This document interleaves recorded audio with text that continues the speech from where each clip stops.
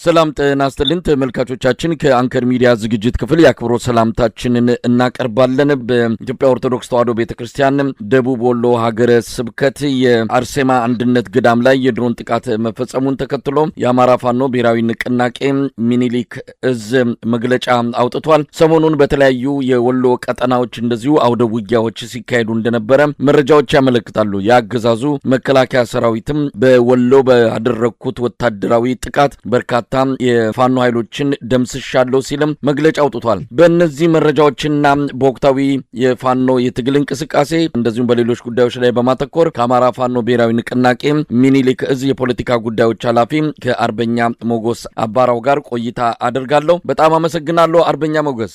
አመሰግናለሁ መሳይ፣ እኔም ስለጋበዝኩ እጅግ አመሰግናለሁ። እንግዲህ ከመግለጫችሁን ጀምር። ዛሬ ያወጣችሁት መግለጫ አለ። በአርሴማ አንድነት ገዳም ላይ በተፈጸመ ጥቃት እስካሁን ባለው መረጃ 2 መነኮሳት መሞታቸውን ሰምተናል። እንግዲህ ቁጥሩን ሊጨምር እንደሚችል ነው። ለህይወታቸው አስጊ የሆኑ ሌሎች መነኮሳትም እንዳሉ ሰምተናል። ያንን በተመለከተ ያወጣችሁት መግለጫ አለ። እስቲ ስለ መግለጫው ባጭሩ ምን ማለት ይቻላል? በዛሬው መግለጫችን በዋናነት አሁን ካለንበት ጊዜ በፊት በአገዛዙ በአማራ ህዝብ ላይ አጠቃላይ በዜጎች ላይ በሃይማኖት ተቋማት ላይ ያደረሰ ያለውን ውድመት እና ጭፍጨፋ የቀጠለው እና ትላንት ደግሞ ማሳያ የሆነውን በተመለከተ ያወጣነው የሀዘን መግለጫ ነው። በዚህ የሀዘን መግለጫ ውስጥ በተደጋጋሚ ሲከሰቱ ከነበሩ የአገዛዙ የጭፍጨፋ ድርጊቶች አንዱ ነው። ምንም የፋኖ የታጠቀ ኃይል በሌለበት ሁኔታ ቤተክርስቲያኑን ወይ ደግሞ ገዳሙን ብቻ ታርጌት ያደረገ ጭፍጨፋ ተፈጽሟል። ይሄ አባይ ተብሎ በሚጠራው በተለይ ደግሞ የወሎንና የጎጃምን ቀጠና በሚያዋስነው አካባቢ ያለ ገዳም ላይ የተፈጸመ የድሮን ጥቃት ነው። በቀጥታ ገዳሙን እንግዲህ በዛ ገዳም ውስጥ እናቶች መነኮሳት አሉ፣ የገዳማውያን መናንያን አሉ፣ እናቶች ወንዶችም ሴቶችም በአጠቃላይ በገዳሙ ውስጥ ዓለም በቃን ያሉ መነኮሳት የሚኖርበት የሚጸልዩበት ገዳም ላይ እዛ የአንድነት ገዳም ላይ ነው የተፈጸመው። እጅግ አሰቃቂ የሆነ ዘግናኝ የሆነ የታጠቀ ኃይል በሌለበት ፍጹም አደገኛ የሆነ ድርጊት ነው የተፈጸመው። ይሄ ድርጊት አገዛዙ ይሄ በግደለሽነት ብቻ ምናምን የሆነ አይደለም። ታስቦበት ሆን ተብሎ አንደኛ በገዳም ውስጥ ያሉ ቅርሶችን ለማውደም፣ ሁለተኛ በዛ በገዳም ውስጥ ለሀገሪቱም ለሁሉም ነገር የሚጸልዩ መናንያን መነኮሳትን ታርጌት ያደረገ ጥቃት ነው። ይሄ አገዛዝ ታሪካዊ ገዳማትን ታሪካዊ ቅርሶችን ከታሪክ ጋር የተገናኙ ነገሮችን ማጥፋት ይፈልጋል። አጋጣሚውን ተጠቅሞ በዚህ ጦርነቱን መሰረት አድርጎ ይህን ተጠቅሞ ብዙ ነገሮችን ማጥፋት ይፈልጋል። ታሪክ ያላቸውን ነገሮች፣ ሃይማኖትን፣ በብዙ ነገር የማህበረሰባዊ መገለጫ የሆኑ ነገሮችን ሁሉ ማጥፋት ይፈልጋል እና እሱን መሰረት ያደረገ ጥቃት ነው ያደረሰው። በዚህ ጥቃት ብዙ መነኮሳት ሞተዋል። እንደሚገለጸው 2-3 ምናምን አይደሉም፣ ከዛ በላይ ናቸው። ብዙ መነኮሳት ቆስለዋል። አሰቃቂ ድርጊት ነው የተፈጸመው። እነዚህ መነኮሳት በነገራችን ላይ አንዴ አለምንቀው የመነኑ አስቀድመው የሞቱ ናቸው። መመንኮስ ማለት መሞት ነው። ዋናው ነገር ገዳሙን ማውደም፣ ቅርሱን ማውደም፣ በውስጡ ያሉ ሃይማኖታዊ ስርዓቶችን ማጥፋት ነው የሚፈልገው ያገዛዝና ቀጥተኛ ሆን ተብሎ የተደረገ ጥቃት ነው። በዚህ ጥቃት ይህንን የመሰለው ውድመት ደርሷል። ለዚህ የሀዘን መግለጫ ነው ያወጣ ነው። ይሄ አንዱ ድርጊት ነው። በ3 ዓመት ውስጥ አማራ ክልል ላይ ወይም በአማራ መሬት ላይ የተፈጸመ ያሉ ግፎች ዘርፈ ብዙ ናቸው። በርካታ መሰረተ ልማቶች ይወድማሉ፣ የሃይማኖት ተቋማት ይወድማሉ፣ ሲቪሊያንን ብቻ ታርጌት ያደረጉ ጥቃቶች ይደረጋሉ። በዚህ ጨፍጫፊና አረመኔ ፍጹም አረመኔ የሆነ አገዛዝ ለዚህ እሱን ያገዝነው በመግለጫችን። ሁለተኛ ነገር የሃይማኖት አባቶች ይህንን ጥቃት እንዲያወግዙ ከመሽኮርመም ወጥተው ከይሉኝታ ወጥተው በቃ እንዲሉ እንፈልጋለን። ምንድን እስከሚሆን ነው የሚጠበቀው? መነኮሳት እየሞቱ የሚያስተዳድሯቸው ወይ ደግሞ የሚመሯቸው የሚያስተምሯቸው ምዕመናን አሉ። እነዛ ምዕመናን እያለቁ ነው በየጊዜው። እነዛ ሲሆንና ግን ገዳም ላይ ያሉ መናንያን መነኮሳት ዓለምን የናቁ መናንያን እየሞቱ ቤተክርስቲያን በድሮን በቀጥታ ታርጌት ተደርጋ ገዳማት ቤተክርስቲያኖች እየወደሙ የሃይማኖት አባቶች ዝም ማለታቸው እጅጉን ያስተዛዝባል። ይሄ በእውነቱ እኛ የምናዝንበት ነገር ነው። ስለዚህ የሃይማኖት አባቶች ከመሽኮርመም ዝም ከማለት ወጥተው እንዲያወግዙ ይህንን አገዛዝ ጥሪ ያቀርበናል። በሶስተኛ ደረጃ ዓለም አቀፉ ማህበረሰብ ገለልተኛ ሰብአዊ መብት ተቋማት ምርመራ እንዲያደርጉ እና ይህንን አረመኔያዊ ድርጊት እንዲያወግዙ እና ዓለም አቀፉ ማህበረሰብ በአጠቃላይ በዚህ አገዛዝ ላይ ምርመራ በማድረግ እርምጃ እንዲወስድ ጥብቅ ጥያቄ አቅርበናል። ይሄ ከዚህ በፊትም የነበረ ነው። ብዙ ማስረጃዎች አሉ። ዝም ብሎ አይደለም አገዛዙ እያደረሳቸው ያሉ በዓለም አቀፍ ወንጀል ሊያስጠይቁት የሚችሉት አብይ አህመድን በዓለም አቀፍ ፍርድ ቤት ሊያስቆሙ የሚችሉ ይህንን አገዛዝ በሽብርተኝነት ሊያስፈርጁ የሚችሉ ከትላንት የቀጠሉ የጦር ወንጀሎች አሉ። ስለዚህ ይህን ዓለም አቀፉ ማህበረሰብ እንዲገነዘብ ነው ያወጣነው መግለጫውን። እንግዲህ መድረስ ላለበት አካል ሁሉ እያደረስን እንገኛለን። እንደ ምኒልክ እዝ አንዱ የአፋብን የድርጅታችን አካል ነው እና እየተፈጠሩ ያሉ ድርጊቶች የምኒልክ እዝ ቀጠና ላይ በመሆናቸው እሱን መሰረት አድርገን ያወጣነው መግለጫ ነው ባጭሩ። አርበኛ ሞገስ፣ በእርግጥ በይፋ አገዛዙ ጥቃት መፈጸሙ መፈጸሙንም ሆነ በአንድም ይሁን በሌላ ስለ ጉዳዩ ያነሳው ነገር የለም። ነገር ግን ከስርዓቱ ጋር ቅርበት ያላቸው አንዳንድ የዲጂታል ሚዲያ ሰራዊት አባላት የተለመደውን ወቀሳና ክስ ይዘው መጥተዋል።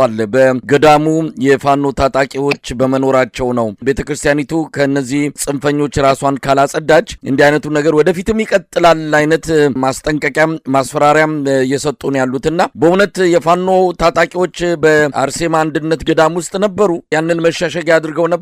ለዛም ነው የድሮን ጥቃት ተፈጸመ ብለው እንደ ምክንያት እያቀረቡ ያሉት። ይሄ በጣም ፍጹም ሐሰት ነው። ድርጊቱ የሚፈጸመው ቅድም እንዳልኩ ሆን ተብሎ ታስቦበት ነው። ይህንን ደግሞ ለማስተባበል እንደ አይነት ፕሮፓጋንዳዎችን ይነዛል አገዛዙ በሚዲያ ሳይበሩ በኩልና ፍጹም ሐሰት ነው። ፋኖ አይደለም ከቤተክርስቲያናት ወይም ከሃይማኖት ተቋማት ከቤተክርስቲያን ከመስጊድ እና ሌሎች ሃይማኖት ተቋማት ቀርቶ ሌሎች አገልግሎት ሰጪ ከሆኑ ማህበረሰባዊ ተቋማት አይጠጋም። ትምህርት ቤትም አይገባም፣ የጤና ተቋማት ላይም አይገባም፣ አይንቀሳቀስም። ሰራዊታችን ፍጹም ዲስፕሊን የሆነ የተቋማትን የሚጠብቅ ከተቋማትም ራቅ ብሎ የራሱ ምሽግ ያለው ጥንቃቄም የሚያደርግ ነውና እነዚህ ተቋማት ውስጥ የለም። እንኳን የሃይማኖት ተቋማት እንዳልኩ ሌሎች የማህበረሰብ አገልግሎት የሚሰጡ ተቋማት ወይም መንግስታዊ ተቋማትን ብለን የምንጠራቸው ላይ እንኳን አይገባም ሰራዊታችን እና የታጠቀ ኃይል እዛ አካባቢ ድርሻ አይልም። በምንም መልኩ ይሄ ለአደረሰው ውድመት፣ ለፈጸመው ጥቃት፣ ለፈጸመው የዓለም አቀፍ ወንጀል መሸፋፈኛ ማደናገሪያ ነው እንጂ በምንም መልኩ የፋኖ ታጣቂ በእነዚህ የሃይማኖት ተቋማት ውስጥ ዝር አይልም ለማለት ነው እና ምንም ታጣቂ ኃይል በሌለበት ሆን ተብሎ የተፈጸመ መሆኑን ማንም ሰው ማወቅ አለበት፣ ማረጋገጥም ይችላል። በማንኛውም ነገር በማንኛውም ወይ ታጣቂ ኃይል በቦታው ላይ እንዳልነበረ እና አሁንም ቢሆን በሃይማኖት ተቋማትና በሌሎች ተቋማት ውስጥ ፋኖ እንደማይገኝ ማንኛውም ማረጋገጥ ያለበት አካል ሁሉ ማረጋገጥ እንደሚችል እርግጠኛ ነኝ። እንግዲህ አርበኛ ሞገስ ሰሞኑን በተለያዩ የአማራ ቀጠናዎች ከፍተኛ ወታደራዊ ጥቃት እየተፈጸመ ነው ያለው። ሜካናይዝድ የሆነ በርካታ ታንኮች፣ መድፎች እንደዚሁም ቢ52 ሮኬቶች ጭምር የታገዘ መጠነ ሰፊ ጥቃት ነው የተፈጸመው። በእናንተ ቀጠናም እንደዚሁ ተመሳሳይ እርምጃ እየተወሰደ እንዳለ አገዛዙ ይፋ ያደረገው ነገር ነው። እናንተም ድል እንዳደረጋችሁ ትገልጻላችሁ፣ እነሱም በለስ ቀንቶናል እያሉ ነው። እስቲ በእናንተ በኩል ወታደራዊ እንቅስቃሴዎች ከሰሞኑ ምን ይመስላሉ? የዚህ አገዛዝ የሰሞኑ እንቅስቃሴ የተለመደ ከዚህ በፊትም በ10 ቀን በ30 ቀን በ3 ወር ውስጥ አጸዳለሁ የሚለው ይሄ የእብሪት ውጤት አልባ የሆነ እንቅስቃሴ ነው እያደረገ ያለው። የተለመደ ነው። ለኛ በዋናነት የወታደራዊ እንቅስቃሴው የተለመደ ነው። አንድ ሁለተኛ፣ በእኛ በኩል የደረሰብን ኪሳራ የለም፣ ትርፋማም ጭምርናል። ምክንያት ይህ አገዛዝ በስነ ልቦና ብቁ ያልሆነ ሰራዊት፣ የሚዋጋለትን አላማ የማያውቅ አላማ ቢስ ሰራዊት ነው የሚያሰራጨው። ማለት ለመዋጋት የሚንቀሳቀሰው ያ አላማ የሌለው በከተሞች ታፍሶ የመጣ ህይወቱን የሚፈልግ ወጣት ነው። የኢትዮጵያ ወጣት ነው። ሰው ተሰማርቶ በየገደሉ በየሸንተረሩ በየሸለቆው በየአቅጣጫው በየቀየው እየተቀበረ ያለው ወይም መከራ እያየ ያለው በአገዛዙ ሰራዊት ውስጥ ያ ሰራዊት ነው እና ያ ሰራዊት 3 ዓመት ሙሉ ተዋግቶናል። የመዋጋት ሞራል የለውም። የፊተኛው እያለቀ አዲስ እየተጨመረ ነው የሚመጣው። በአንድ በኩል እንደዚሁ ሁሉ ደግሞ በመከላከያ ሰራዊት ውስጥ እጆችን እያሰፋ በአንድ ሻለቃ ውስጥ 80 ሰው እንግዲህ አንድ ሻለቃ 400 500 እስከዛ በላይ መያዝ ይጠበቅበታል። ግን 80 ሰው 120 ሰው እያደረገ በቁጥር እየሸነሸነ ማለት ነው። እንደዛ እያደረገ ነው የሚገኘው። አሁን ሰሞኑ ላይ አገዛዙ እያደረሰ ያለው የወታደራዊ እንቅስቃሴ ለኛ የበለጠ ትርፋማ ነው። ከምሽጉ ነው የሚወጣው። በማያውቀው መሬት ነው የሚገባው። የግዴታ ትእዛዝ ተሰጥቶት ይገባል። ትእዛዝ ተሰጥቶት የገባው ያ አላማ ቢስ ሰራዊት፣ የሚዋጋለት አላማ የሌለው የሚሞትበት ምክንያት የሌለው ሰራዊት በፋኖ ይማረካል፣ ይገደላል፣ አሞራ ይበለዋል። በዚህ በአንድ በኩል የኢትዮጵያ ወጣቶች ለአንድ የአብይ አህመድ ስልጣን የሚከፍሉት መስዋዕትነት ደመ ከልባዊ የሆነ መስዋዕትነት፣ ይሄ በእጅጉ ያሳዝነናል። በሌላ መልኩ ግን ይህ አገዛዝ የፈለገውን ነገር ቢያሰማራ ፋኖን ማሸነፍ እንደማይችል 3ኛ ዓመት ሆኗል። ለእኛ በየጊዜው እየታጠቅን እንድንሄድ ፋኖ ይህ አገዛዝ ሰራዊቱን በግዴታ ኦፕሬሽን ሰራን ብለው እቅድ አወጣን ብለው ዘመቻ ሰራን ብለው ወደ ገጠሩ ያስተማሩታል። ወደ ማያቀው ቀጠና ወይም ወደ ማያቀው መሬት ያስገቡታል። ለፋኖ ደግሞ ይሄ አድቫንቴጅ ነው። የመግደያ መሬት ውስጥ ነው ይሄ ጠላት የሚገባው። ይህን መሰረት አድርጎ ፋኖ ድል ይቀረዋል። በሌላ መልኩ ዋናው ፍላጎት ይሄ ጠላት እያደረገ ያለው እንቅስቃሴ ወይም አገዛዙ ምናልባት ላይ ጠቅላይ ሚኒስትር ተብዬው አብይ አህመድ ጭምር የሚሰራቸው ኦፕሬሽኖች ናቸው። ከጄኔራሎቹ ጋር ተሰባስበው እቅድ አወጡ ለ10 ቀን ለ20 ቀን ለ30 ቀን ለ3 ወር እያሉ ያወጣሉ። በተደጋጋሚ ያወጣሉ። የአሁኑ ለየት የሚያደርገው የመጨረሻው ብሎ ነው። ፋኖን ማጥፋት እንደማይችል ያውቀዋል። ግን አዳክሜ ከሌላ ጋር እንዳይተባበር በማድረግ ሌላ ለምለኩሰው ጦርነት እንቅፋት እንዳይሆነኝ በማድረግ ዓላማዬን ያሳካለሁ ብሎ ነው የሚያስበው። ይሄ በጣም ፍጹም የተሳሳተ ኪሳራ እያደረሰበት ያለ ነው። ለቀይ ባህር እያለ ድንበር ተሻጋሪ ግዳጅ እያለ እያስገደደም እየመለመለም በፕሮፓጋንዳ እያደናገረም የሚያመጣው ወጣት አማራ ክልል ውስጥ እሳት እየሆነበት ረመጥ እየሆነበት አፈር እየሆነ እየቀረ ነው ይሄ ሰራዊት። በዚህ ቅድም እንዳልኩ እናዝናለን። የሆነው ሆኖ ግን ፋኖ ምርኮ እያገኘ በየጊዜው የውጊያ ልምምዶችን እያደረገ መክፈል ያለበትን መስዋዕትነት ሁሉ እየከፈለ እየቀጠለ ነው የሚገኘው። አጠቃላይ ግን አገዛዙ እያደረጋቸው ያሉ ዘመቻዎች አገዛዙ ላይ እየደረሱ ያሉ ኢሳራዎች ካልሆኑ በስተቀረ የሚያመጣው ለውጥ እንደሌለ በእርግጠኝነት ነው የምንናገረው። 3 ዓመት ማጠናቀቅ ያልቻለውን ጦርነት በ2 ሳምንታት ውስጥ አጠናቀዋለሁ ብሎ ነው የጀመረው። ይህን ጦርነት በ3 ዓመት ውስጥ አይደለም ማጠናቀቅ፣ ከዛም በላይ ፋኖን ማስታጠቅ ችሏል። ፋኖን ማሰልጠን ችሏል። ፋኖን ማደራጀት ችሏል። ለኛ ይሄ ለአማራ ህዝብ ታሪካዊ እድል ሆኖለታል። በሌላ አባባል ግን ምን ከፍላቸው መስዋዕትነቶች ይኖራሉ። የአማራ ህዝብ በዘላቂነት ከህልውና አደጋ ለማውጣት መስዋዕትነት እየከፈልን ቀጥለናል። የሆነው ሆኖ ግን ይሄን አገዛዝ ወደ መቃብሩ እየገባ እንዳለ ማረጋገጫ ነውና ከአገዛዙ የምናገኘው ጥቅም ወይ ደግሞ የምናገኘው ምርኮ ካልሆነ በስተቀረ ያደረሰው ጫና አለ ለማለት አይቻልም። ሰሞኑን እንኳን እንደ ሚኒሊክ እዝ ወይም እንደ ወሎ ቤት አማራ እንቅስቃሴ ስትመለከተው አጠቃላይ በሁሉም ቀጠናዎች መጠነ ሰፊ ጥቃት ነው የከፈተው። ምናልባት 4 እዞች ነው ያሉት። እንግዲህ መሳይ በደንብ መገንዘብ የሚያስፈልገው ነገር አገዛዙ 4 እዞችን ቤት አማራ ወሎ ላይ አሰማርቷል። እኛ ሚኒሊክ እዝ ነው 1 እዝ ነው ያለው፣ ግን ግዙፍ ሰራዊት ነው በቁጥር ደረጃም በመሳሪያ ደረጃም ከሁሉም በላይ ደግሞ በዓላማ ደረጃ በስነ ልቦና ደረጃ ከፍ ያለ ለአማራ ህዝብ ህልውና ለፍትህ ለእውነት የሚታገል ሰራዊት ስለሆነ 4 እዞችን መመከት ብቻ አይደለም፣ በመልሶ ማጥቃት አፈርደም ያበላል ወይም ይመከታል ወይም ያጠቃል ወይ ደግሞ ይማርካል። እና ከሰሞኑ እንኳን ስንመለከት በአምባሰል አካባቢ፣ በምዕራብ ወሎ አካባቢ፣ በላስታ አካባቢ እንዲሁ በራያ አካባቢ ከፍተኛ ምርኮች ተገኝተዋል። አሁንም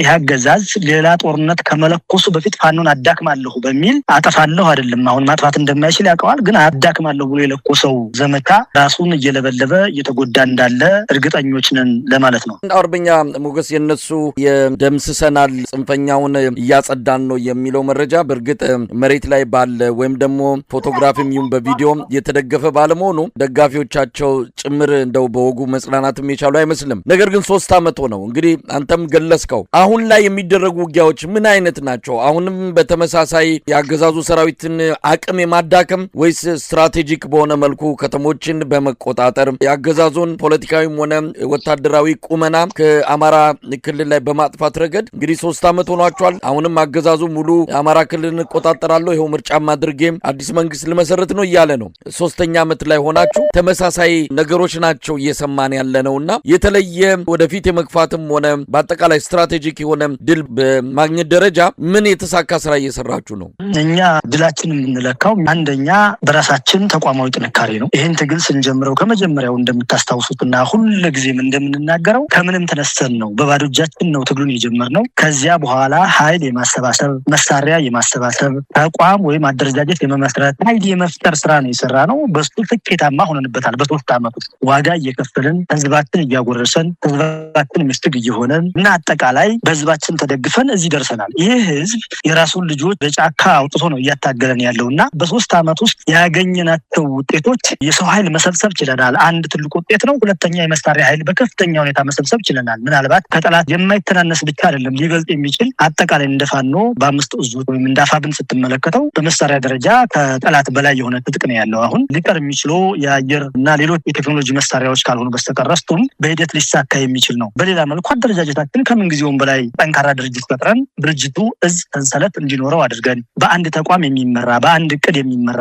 ወጥ በሆነ አሰራር የሚመራ ምናልባት ይሄ አደረጃጀት ይሄ አሁን የተፈጠረ ተቋም ተመሳሳይ እስትንፋስ ሲኖረው ተመሳሳይ እቅድ ወጥቶለት ተመሳሳይ ዘመቻ የማድረግ ሙከራዎችን እያደረገ ነው የሚገኘው። ወደፊት የተቀናጀና ተመሳሳይ ዘመቻ ሲያደርግ የትኛው ምድራዊ ኃይል የማያሸንፈው ግዙፍ ኃይል ሆኖ የሚታይበት ሁኔታ ይፈጠራል እና ያገኘናቸው ውጤቶች በዚህ የሚለኩ ናቸው። ከመጀመሪያው የታወጀብንን ጦርነት መክተናል። አንዱ ድል እሱ ነው። ሁለተኛው ድል ከመመከት አልፈን ተደራጅተን ኃይል ፈጥረን ወደ ማድረግ አቅም ተሸጋግረናል። ይሄ ሁለተኛውና ትልቁ ድል ነው። ከማድረግ አቅም ከማጥቃት አቅም ተሸጋግረን ሌሎች ኃይሎች ጋራ በጋራ ይህንን አገዛዝ ሊጥል የሚችል ተጨማሪ ወይ ደግሞ ተባባሪ ኃይል ጭምር እየፈጠርን ነው ያለ ነውና በወታደራዊም በፖለቲካም በትብብር ደረጃም እኛ ውጤታማ እንደሆነ ነው ሁልጊዜ ትግላችን የምንገመግመው። ይሄ ሲባል ብዙ መስዋዕትነቶች ተግዳሮቶችን ብዙ ፈተናዎችን አልፎ ነው ፋኖ እዚህ የደረሰውና ተመሳሳይ ነገር ሊመስል ይችል ይሆናል። የመጀመሪያው የመመከት ደረጃ ነው ያደረግነው። ከመመከት ወደ መሰባሰብ፣ ከመሰባሰብ ኃይል ወደ መፍጠር፣ አደረጃጀት ወደ መፍጠር፣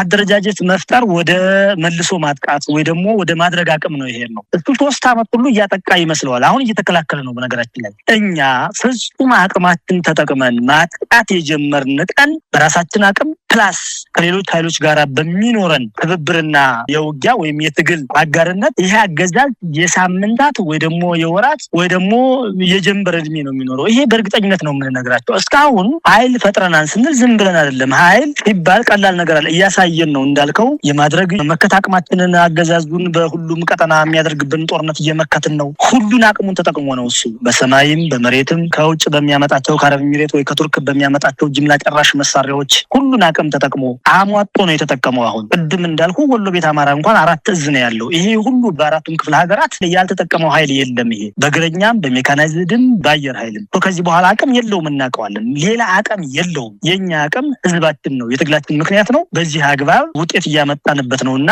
በ3 ዓመት ውስጥ እያደረግን ያለው ጦርነት ውጤታማ እንደሆን ማሳያ ነው። እሱ በተመሳሳይ እየተጓዘ ነው። እኛ ደግሞ ወደ ስትራቴጂክ ማጥቃት ወይም ወደ ስትራቴጂክ ትግል እየተሸጋገርን እንደሆነ ነው የሚሰማን። መንገመግመውም እንደዛ ነው። ወደፊት ደግሞ ሊፈጠር የሚችሉ ስራዎች ምስክር ሆነው ለሁሉም የሚገለጡበት ጊዜ ይደርሳል። ይሄ ጀግና ወታደራዊ አመራሮች ስላሉ ብቁ የሆኑ ብዙ ኤክስፒሪየንስ ያላቸው ለዓላማ የሚታገሉ ለሆዳቸው ሳይሆን ለሎሌነት ሳይሆን በእውነተኛው መንገድ ለአማራ ህዝብ ብሶት የሚታገሉ ለኢትዮጵያ ቀጣይነት ፍጹም ዓላማ አንግበው የሚታገሉ እና የሚያታግሉ ብቁ የሆኑ የጦር መኮንኖች አሉን፣ ፖለቲካዊ አመራሮች አሉን። እሱን መሰረት ያደረገ ስራ ወደፊት ሲሰራ እየተገለጠ ይሄዳል ለማለት ነው። አርበኛ ሞገስ አበራው እንግዲህ ሰሞኑን ጨምሮ በበርካታ የአማራ ቀጠናዎች አገዛዙ ሰላማዊ ተቋማትን ሰላማዊ ዜጎች ላይ ከፍተኛ የሆነ ጥቃት ፈጽሞ ንጹሃን ሲገደሉ የነበረበት ሁኔታ እንዳለ ሆኖ ሰሞኑን አዲስ አበባ ላይ ብሔራዊ ምክክር የሚል 3 ሳምንት ለ1 ወር የተዘጋጀ ጉባኤ እየተካሄደ እንዳለ ነው። እንግዲህ በተለይ ጎጃም የተፈጸመው የንጹሃን ግድያ፣ አሁን ደግሞ በወሎ በአርሴማ አንድነት ገዳም ላይ የተፈጸመው እንደዚሁ የድሮን ጥቃት፣ ይሄ ምክክር የተባለው ሂደት በአዲስ አበባ እየተካሄደ እያለ ነው። እንደው እዚህ ላይ ምን ማለት ይቻላል? በተናጠል ተኩስ አቁም በማድረግ ይህን ጉባኤ ማከናወን ይቻል ነበር እንደው ለተውኔቱ ድምቀትም ሲባል፣ ግን ያንንም ማድረግ አልፈለገም። በዕለቱ ሐምሌ 8 ቀን ጉባኤው በይፋ በተጀመረ ዕለት ነው የአብይ አህመድ ሰራዊት የድሮን ጥቃት፣ የሜካናይዝድ ጥቃት፣ የከፍተኛ መሳሪያዎች ጥቃት እያደረገ ያለው። በተመሳሳይ ቀን ነው እነዚህ ሁለት ክስተቶች የተከናወኑት። አዲስ አበባ ምክክር፣ በአማራ ክልል ደግሞ መጠነ ሰፊ ጥቃት። እንደው ይህንን እንዴት ታዩታላችሁ? ይሄ የአብይ አህመድ አገዛዝ ዓለም ላይ ታይተው ካለፉ አገዛዞች በታሪክ ለየት የሚያደርገው ብዙ ነገሮች አሉና አንዱ ይሄ ነው። አዲስ አበባ ላይ የምክክር ጉባኤ በሚል የፖለቲካ ድራማ እየሰራ ነው የሚገኘው በአንድ እጁ፣ በሌላ እጁ አማራ ክልል ላይ ከፍተኛ ጦርነት፣ በነገራችን ላይ ኮንቬንሽናል ዋር ነው እየተደረገ ያለው። ፊት ለፊት ድሮን እየተጠቀመ ነው፣ ጀት እየተጠቀመ ነው፣ ዲኤም እየተጠቀመ ነው፣ መርፍ እየተጠቀመ ነው፣ ሁሉንም አቅም እየተጠቀመ ነው እና ፊት ለፊት ውጊያ ነው እየተደረገ ያለው። በዚህ ወቅት አማራ ክልል ላይ እየተደረገ ያለው ጦርነት አሁን ላይ በዚህ ወቅት ሽምቅ ውጊያ ወይ የደፈጣ ውጊያ ምናምን አይደለም። በነገራችን ላይ እየተደረገ ያለው ጦርነት የፊት ለፊት ጥውጥ ያለ ምንድነው ይሄ ከፍተኛ የሚባል ጦርነት ነው እየተደረገ ያለው አማራ ክልል ላይ በእውነቱ ደረጃ ሲታይ። ይሄ የሆነ በአንድ በኩል፣ በሌላ በኩል ደግሞ አገዛዙ ቲያትር በሚመስል ወይ ድራማ በሚመስል መልኩ የምክክር ጉባኤ እያደረገ ነው። ይሄ ምክክር ጉባኤ የሚባለው ነገር በዋናነት የአገዛዙን ፍላጎት የሚያስፈጽምበት ነው። ያገዛዙ የመረጣቸው የራሱ አጀንዳዎች አሉ። 4 ዓመት ምናምን የሚባለው ነገር ተራ ውሸት ነው። የምክክር ጉባኤ ላይ ያሉ ሰዎች ራሳቸው ላገዛዙ ሎሌ የሆኑ ሰዎች ናቸው። ምናልባት በራሳቸው እጅ ጥቁር ታሪክ እየጻፉ ነው የሚገኙት በራሳቸው ላይ። እኛ ማሸነፋችን ስለማይቀር የዚች ሀገር ጉዳይ የዚች ሀገር ጣፈንታ በእኛ መወሰኑ ስለማይቀር ስለዚህ አረመኔ ዱርዬ ተራ አገዛዝ የማስፈጸሚያ በመሆን ወይ ደግሞ መገልገያ በመሆን ጥቁር ታሪክ እየጻፉ እንደሆነ ነው የምንገነዘበው። ይሄ ቲያትራዊ የሆነ ድራማዊ የሆነ ያገዛዙ የምክክር ጉባኤ የሚባለው አገዛዙ ራሱ በየቦታው ወይም በየአካባቢው ራሱ የመለመላቸው የራሱ የፓርቲው አባላት ናቸው እየመከሩ ያሉት። አሁን ባለ ዓለም ላይ ራሱ ከራሱ በራሱ ላይ እየመከረ ያለ አገዛዝ ነው አብይ አህመድ። እዛ ምክክር ውስጥ በምንም መልኩ የራሱ ሐሳብ፣ የራሱ አመለካከት፣ የራሱ አጀንዳ ነው። ምናልባት አንድ ወር ምናምን ከሚል ፌዝ ወጥተው በአንድ ቀን አዳር መጨረስ የሚችሉት ነገር ነው ማለት ነው። ይሄ እኛ እናውቃለን፣ የኢትዮጵያ ሕዝብ ያውቃል እውነቱን። በነገራችን ላይ በዚህ መልኩ ሀገር እንደማይጸና ይታወቃል። ሀገር የማጽናት ፍላጎት አይደለም። እኛ መሰረታዊ የትግል መነሻዎች አሉን። የኢትዮጵያ ሕዝብ ከፍተኛ ችግር ውስጥ ነው የሚገኘው። የፈለገውን ነገር ማድረግ ቢችል እንኳን በምንም መልኩ ተነሳነባቸው የትግል ምክንያቶች አሉ። እነሱ በራሳችን ክንድ እንዲጻፉ በራሳችን እንዲወሰኑ ነው ይህን ትግል የጀመርነው። ዋጋ የምንከፍለው ፈሙዝ ያነገብነው ትግል እያደረግን ያለ ነው። ጥያቄዎቹ በራሳችን እንዲመለሱ በራሳችን አቅምና ጉልበት እንዲፈጸሙ ለማድረግ ነው። ምክንያቱም ይህ አገዛዝ ጸረ አማራ ስለሆነ በመሰረቱ አብይ አህመድ በልጅነቱ አሁን እስካለበት እድሜው ድረስ በጸረ አማራ ትርክ ያደገ እጅግ አደገኛ ሰው ስለሆነ ስለዚህ ከሱ የሚገኝ መፍትሄ እንደሌለ እናውቃለን። መሰረታዊ ነገሩ ይሄ የምክክር ኮሚሽን ይባል የምክክር ጉባኤ ይባል ምንም ይባል የተሰበሰቡ ሰዎች የእሱን ሀሳብ እንደሚያስፈጽሙ እናውቃለን። በምንም መልኩ እውነተኛ ምክክር እውነተኛ ውይይት እንደማይደረግበት እውነተኛ ውሳኔ እንደማይወሰን እናውቃለን። የሚደናገር የኢትዮጵያ ሕዝብ የለም። እኛም ይህንን አውቀን ነው እየታገልን ያለ ነው። በአጠቃላይ ሲታይ የምክክር ጉባኤ የሚባለው ያገዛዙ የድራማ ትዕይንት ተደርጎ መወሰድ መቻል አለበት። ደመነፍሳዊ ያገዛዙ ስለሆነ ከዚህ በፊት ሲወስናቸው የነበሩ ውሳኔዎችን ነው ሲወስን የወጣው። አሁንም ይወስናል። ብዙ ነገሮችን ሊወስን ይችል ይሆናል። በነገራችን ላይ ስልጣኑን ለማራዘም በኢትዮጵያ ሕዝቦች መከራና ችግር ውስጥ በኢትዮጵያ ችግር ውስጥ እንዴት መቀጠል እንዳለበት ነው የሚያስበው። አጀንዳዎችንም የሚቀርጸው በዛ አግባብ ስለሆነ እኛ ግን በራሳችን ኃይል፣ በራሳችን እውቀት፣ በራሳችን አስተሳሰብ፣ በራሳችን ርዕዮተ ዓለም፣ በራሳችን የትግል መስመር ይህንን አገዛዝ በመቅበር ብቻ አጀንዳዎቻችን ማስፈጸም እንዳለብን ነው የምናውቀው። ይሄ አገዛዝ በመሰረታዊነት ስር ነቀል የስርዓት ለውጥ ወይ ደግሞ ከመሰረቱ ተነቅሎ ወድቆ ሌላ እውነተኛ ፍትሃዊ ለአማራ ብቻ አይደለም ሁሉም ኢትዮጵያውያን የምትሆን ሀገርና ሀገረ መንግስት ለመስራት ላይ ነው ትኩረታችን። እሱን መሰረት ያደረገ እንቅስቃሴ ነው እያደረግን ያለ ነው። ሀሳባችንም ተደማጭ ሆኗል። በዚህ ወቅት የፋኖ ሀሳብ ከመጀመሪያው በምታውቁት ልክ ነው። አሁን ላይ እያደገ እየጎለበተ የኢትዮጵያ ህዝብም የኢትዮጵያ ኃይሎች የምንላቸውም ሊሆን ይችላል ሌሎች ከኢትዮጵያ ውጭ የሆኑ ኃይሎችም እየተረዱት እያገዙ ይህንን ሀሳብ እየተቀበሉት ነው ያሉት። ይሄ የትግሉ አንዱ ውጤት ነው። እኛ ይህንን አገዛዝ በመጣል እውነተኛ ስርዓት ለመትከል ነው እየተንቀሳቀስን ያለ ነው። በምክክር ጉባኤ ሊባል ይችላል፣ በምክክር ኮሚሽን ከዚህ በፊት ፌል ያደረጉት የራሱ ፕሮጀክቶች አሉ። ሁሉም ነገሮች ፌል አድርገውበታል። ይህም የምክክር ኮሚሽን የምክክር ጉባኤ የሚባለው ነገርም ፌል እንደሚያደርግ በእርግጠኝነት ነው የምንነግራችሁ። የበለጠ ሀገሪቱን ወደ አዘቅት ነው የሚከታት። ምክንያቱም የሁሉም ፍላጎት የሁሉም ሀቀኛ ጥያቄ የሚፈታበት ሳይሆን የአንድ የአብይ አህመድ ፍላጎት አእምሮ ላይ የሚፈልቁ መጥፎ ፍላጎቶች የሚፈጸሙባቸው ፕሮጀክቶች እንደሆኑ እናውቃለን። በዚህ በኩል የሚፈታ ጥያቄ የለም፣ የሚመለስ የህዝብ ፍላጎት የለም። እኛ ግን ትግላችን ይህንን ስርዓት በመንቀል ብቻ ላይ መፈጸም እንደምንፈልግ በተደጋጋሚ ገልጸናል። ዋናው ፍላጎታችንም የአማራን ህዝብ ህልውና አደጋ መቀልበስ ነው። በሌላ መልኩ ደግሞ ይችን ሀገር ቀጣይነት መወሰን ነው። ይቺ ሀገር እንድትቀጥል እንፈልጋለን። አማራ ደግሞ ህልውናው ተረጋግጦ እንዲቀጥል እንፈልጋለን እና ይህን መሰረት ያደረገ ትግል ነው እያደረግን ያለ ነው። ይህንን ደግሞ ሌሎች ሀሳባችን እየሸመቱ ከአማራ ጋር የመስራት ከፋኖ ጋር የመስራት ፍላጎታቸው በየጊዜው እያደገ የመጣበት ብቻ ሳይሆን ተጨባጭና ተግባራዊ የትብብር እንቅስቃሴዎች እየተደረጉ ያሉበት ሁኔታ ነው ያለው። ወደፊት ምናልባት በቅርብ ጊዜያት የሚገለጡ ነገሮች እንደሚኖሩ ፍንጭ ልሰጥ እፈልጋለሁኝ ለማለት ነው። አመሰግናለሁ አርበኛ ሞገስ አባራው። እንደው በመጨረሻ ወቅቱን ጊዜውን አጠቃላይ ኢትዮጵያ ላይ ያንዣበቡትን ውስጣዊና ቀጠናዊ አደጋዎችንም መነሻ በማድረግ የምታስተላልፈው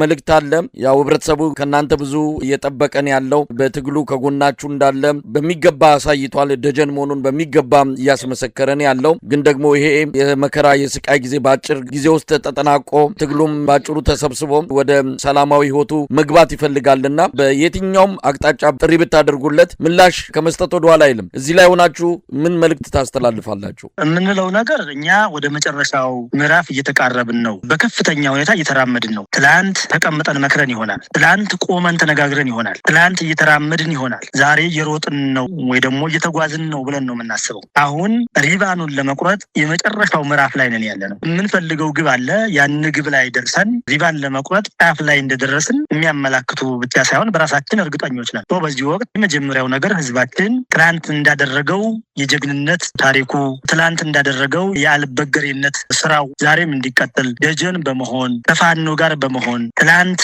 ጥቂት እያለን አጎብዞን አጀግኖን ተንከባክቦን ደብቆን ስንቅ ሰፍሮልን ስነልቦናዊ ትጥቅ ሆኖን እዚህ አድርሶናል። ዛሬ ላይ ጎልብተናል። በጎለበት ነው ልክ ደግሞ ሌሎች ጉልበት ያላቸው ኃይሎች ፈልገውን ተገዳዳሪ ብቻ መሆን አይደለም ወደ ማሰባሰብ ጭምር ደርሰናል። ደርሰናል። በዚህ በኩል ህዝባችን ደስተኛ መሆን ይጠበቅበታል። ያውቃል፣ ደስተኛም ነው። በከፈለው ዋጋ ልክ በከፈለው መስዋዕትነት ልክ በደገፈው ልክ የምንፈልግለት ደረጃ ላይ ደርሷል። እንደሚወክለንም ሁሉ ጊዜ ያረጋግጣል። አሁን ዛሬም ቢሆን ወደ መጨረሻው ሰዓት ወደዛ እየተቃረብን ስለሆነ ህዝባችን ከጎናችን እንዲሆን እንፈልጋለን። በከፍተኛ ሁኔታ ሁለንተናዊ አቅሙን አሟጦ እንዲደግፈን እንፈልጋለን። እኛ ለህዝባችን እንሞታለን። ህይወታችን ለህዝቡ ነው የሚሞተው። ያለ ደሞዝ ያለ ክፍያ ነው ለህዝቡ ነው የሚሞተው። ለታሪኩ ነው የሚሞተው። ለማንነቱ ነው የሚዋጋው፣ መስዋዕትነት የሚከፍለው። አሁንም ያን ታሳቢ በማድረግ በየአቅጣጫው ያለው ህዝባችን መሰረታዊ መነሻችን የአማራ ህዝብ እንዲደግፈን እና ለመጨረሻው ፍልሚያ ከኛ ጎን እንዲቆም ጥሪ ማስተላለፍ እንፈልጋለን። በሌላ መልኩ በውጭ ያለው የትግል አጋራት ብቻ አይደለም የትግሉ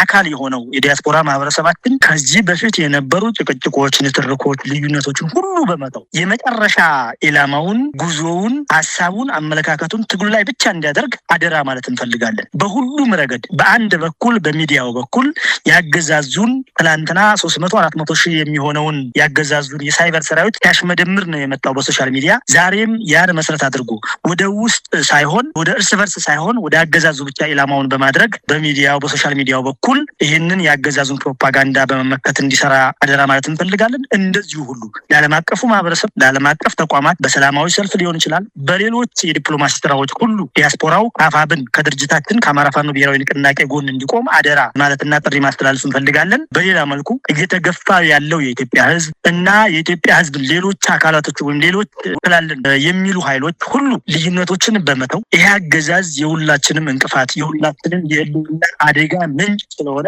ይሄን አገዛዝ ለመጣል ለእንዲና ለመጨረሻ ጊዜ እንድንተባበር አደራ ማለት እንፈልጋለን፣ ጥሪ ማስተላለፍ እንፈልጋለን። በእርግጥም ብዙ ኃይሎች በርካታ ኃይሎች በቅራኔ ውስጥ ያሉ ኃይሎች ጭምር ራሳቸውን እየፈተሹ የአማራ ፋኖ ትግል ፍትሃዊ የእውነት የሀቅ ትግል መሆኑ ገብቷቸው እና የኢትዮጵያ ጣፈንታ የፋኖ ተሳትፎ ኑሮበት እንዲቀጥል የሚፈልጉ ኃይሎች ሁሉ ከጎናችን እየሆኑ ነው የሚገኙት። ይሄ ተጠናክሮ መቀጠል አለበት ብለን እናምናለን። ኢትዮጵያን ለማስቀጠል ይሄ አገዛዝ ይችን ሀገር ወደ መቀመቅ ወደ ቁልቁለት እየወሰዳት ስለሆነ ሀገራችን እንዳትፈርስ የሁላችንም መጻኢ እድልና ጣፈንታ የሚወሰነው በጋራ በራሳችን ስለሆነ ይችን ሀገር ለማስቀጠል እና ይህንን ጸረ ሀገር ጸረ ህዝብ የሆነውን ሀገር አፍራሽ የሆነውን ስርዓት ለአንድና ለመጨረሻ ጊዜ መንግለን ለመጣል ሁሉም ትብብር እንዲያደርግ ጥሪ ማስተላለፍ እንፈልጋለን። ድርጅታችንን አጠናክረን ድርጅታችን እየሰራ እንደሆነ እርግጠኞች ነን። ወደ መጨረሻው ፍልሚያ ወደሚደረገው የመጨረሻ ትግልና የመጨረሻ ፍልሚያ አይኑን እንዲተክል መልእክት ማስተላለፍ ወይም ጥሪ ማድረግ እንፈልጋለን። እጅግ አመሰግናለሁ። በጣም ነው የማመሰግነው። አርበኛ ሞገስ አባራው የአማራ ፋኖ ብሔራዊ ንቅናቄ ሚኒሊክ እዝ የፖለቲካ ጉዳዮች መምሪያ ኃላፊ፣ በአንከር ሚዲያ ታዳሚዎች ስም ከልብ በማመስገን ሰናበታለሁ። እግዚአብሔር ይስጥልኝ። አመሰግናለሁ መሳይ ስለነበረም ቆይታ።